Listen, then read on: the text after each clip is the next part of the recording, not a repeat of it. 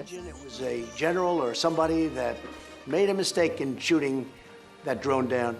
And fortunately, that drone was unarmed. It was not, there was no man in it, and it was over international waters, clearly over international waters. I think they made a mistake. And I'm not just talking to the country made a mistake. I think that somebody under the command of that country made a big mistake. Well, for those of you who, are sleeping under a rock for the past 24 hours, there's been a big news story in Iran. Iran ended up shooting down a drone that was larger than a 747, apparently, over there in their Gulf or whatever the fuck. And they say it was in their territory. We say it was in international waters. They were going to hit targets that would have had 150 people would have died. They were going to have, drone strikes inside of Iran, right? Military strikes. And at the last moment, Donald Trump said, no, we're not going to do this. And I want to say thank you, Mr. Trump, for standing up against the military-industrial complex and standing up against the deep state, which has been pushing us towards this war for the better part of the last 2 fucking decades. All right, probably longer than that. And with that being said, and that being where it is, I'm concerned for the safety of our president.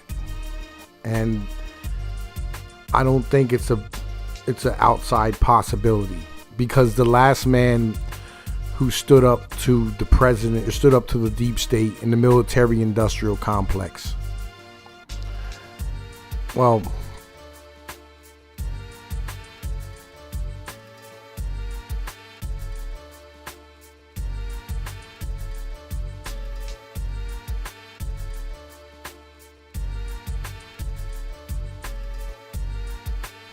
that time reminds me so much of right now that I went back and started watching the motherfucking movie JFK. I even rented it, like, fuck it, you know what I mean? And it reminds me of something else I put out on YouTube a while back. And it's important that y'all still remember the shit that I told you, because this is not a new phenomenon. Like, regardless of how y'all feel about the military-industrial complex right now, this is not a new thing. All right, listen to this. I am most content that you, Cosimo, with these other young people here should question me, for I believe that young men will become more familiar with military matters and will more easily understand what I have to say.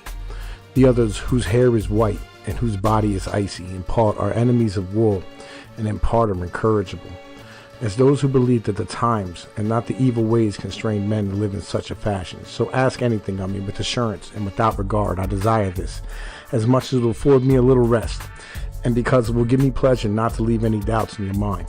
I want to begin from your words, where you said to me that in war, which is my profession, I have not employed any of the ancient methods. Upon this I say that this being a profession by which men of every time were not able to live honestly, it cannot be employed as a profession except by a republic or a kingdom, and both of these, if well established, will never allow any of their citizens or subjects to employ it as a profession. For he who practices it will never be judged to be good, as to gain some usefulness from it. At any time he must be rapacious, deceitful, violent, and have many qualities which of necessity do not make him good. Nor can men who employ this as a profession, the great as well as the least, be made otherwise, for this profession does not provide for them in peace, whence they are obliged either to hope that there will be no peace, or to gain as much for themselves in times of war that they can provide for themselves in times of peace. And wherever one of these two thoughts exist, it does not incur in a good man. For from the desire to provide for oneself in every circumstance, robberies, violence, and assassinations result, which such soldiers do to friends as well to enemies. And from not desiring peace, there arises those deceptions which captains perpetuate upon those whom they lead, because war hardens them. And even if in peace occurs frequently, it happens that the leaders, being deprived of their stipends and their licentious mode of living, raise a flag of piracy, and without mercy sack a province. this is not to disparage military members, but to understand something. The military, this is the reason why like average military people have like 4 and 6 years, you know what I mean, in the military, or 10, whatever the case might be, and you go home. Like, you're supposed to fight the war, and then you go home and go to your family and go back to your profession. But the individuals in our military complex, where the higher ups, the people in the intelligence community, these people here do not ever go home and just go back to their basic part of living. In order for them to find function inside of our society, they have to continually have war. They have to continually have assassinations. They have to continually sow discord and problems inside of our society and country and nation as a whole, inside of the global community. They make peace impossible to live with.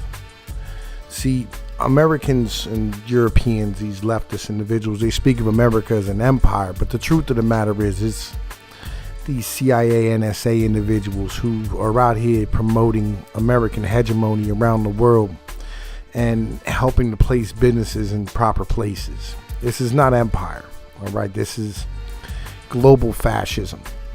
It's a wholly different thing. And fascism, and the type of Italian fascism where the government is working with business because business pays for the government. This is kind of how it operates. It's a corporatism, if you will. So with that understanding of things, we have to understand that our president needs our support right now more than ever. And this is our first chance in 20 years to stop all the nonsense and stand up as one united nation and say, we've had enough of these overseas wars and conflicts and global problems. Donald Trump seems an unlikely person to take on everything, but unfortunately, he's the man in the place of where it needs to be. And if we can get enough of our voices together and stand up and fight against all this, it might not be a bad way to go. It might be the best thing we've ever done in our lives. The most important thing any of us have ever done in our lives. To give our children and our children's children a better future, a safer future, a more prosperous future. The opportunity to truly have a chance at living in a world where they don't have to worry about bombs exploding in the streets or people hating them just for their nationality. It's a strange thing to think of, but I honestly do believe that as men, we have this responsibility in our nation to stand up and say, no, we don't need to continue this process of doing what we're doing right now. So I'm going to ask all y'all, stand up and fight for this one, because this isn't a left or right issue. I'm pretty sure we're all pretty much together on this one, and say thank you to our president for doing what he did.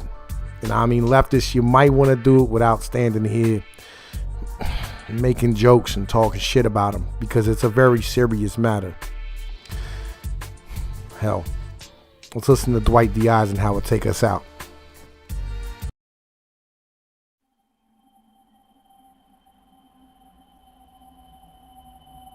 Ladies and gentlemen, the President of the United States. Good evening, my fellow Americans. We now stand 10 years past the midpoint of a century that has witnessed 4 major wars among great nations.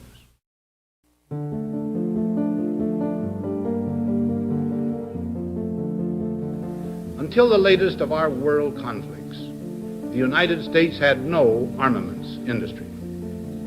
American makers of plowshares could, with time and as required, make swords as well. But we can no longer risk emergency improvisation of national defense. We have been compelled to create a permanent armaments industry of vast proportions. Added to this, 3.5 million men and women are directly engaged in the defense establishment. Now, this conjunction of an immense military establishment and a large arms industry is new in the American experience.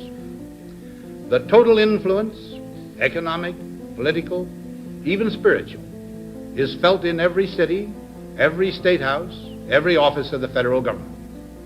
We recognize the imperative need for this development, yet we must not fail to comprehend its grave implications. Our toil, resources, and livelihood are all involved. So is the very structure of our society.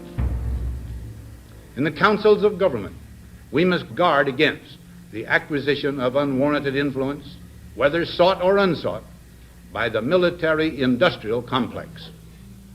The potential for the disastrous rise of misplaced power exists and will persist.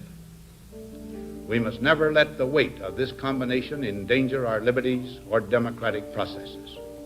We should take nothing for granted.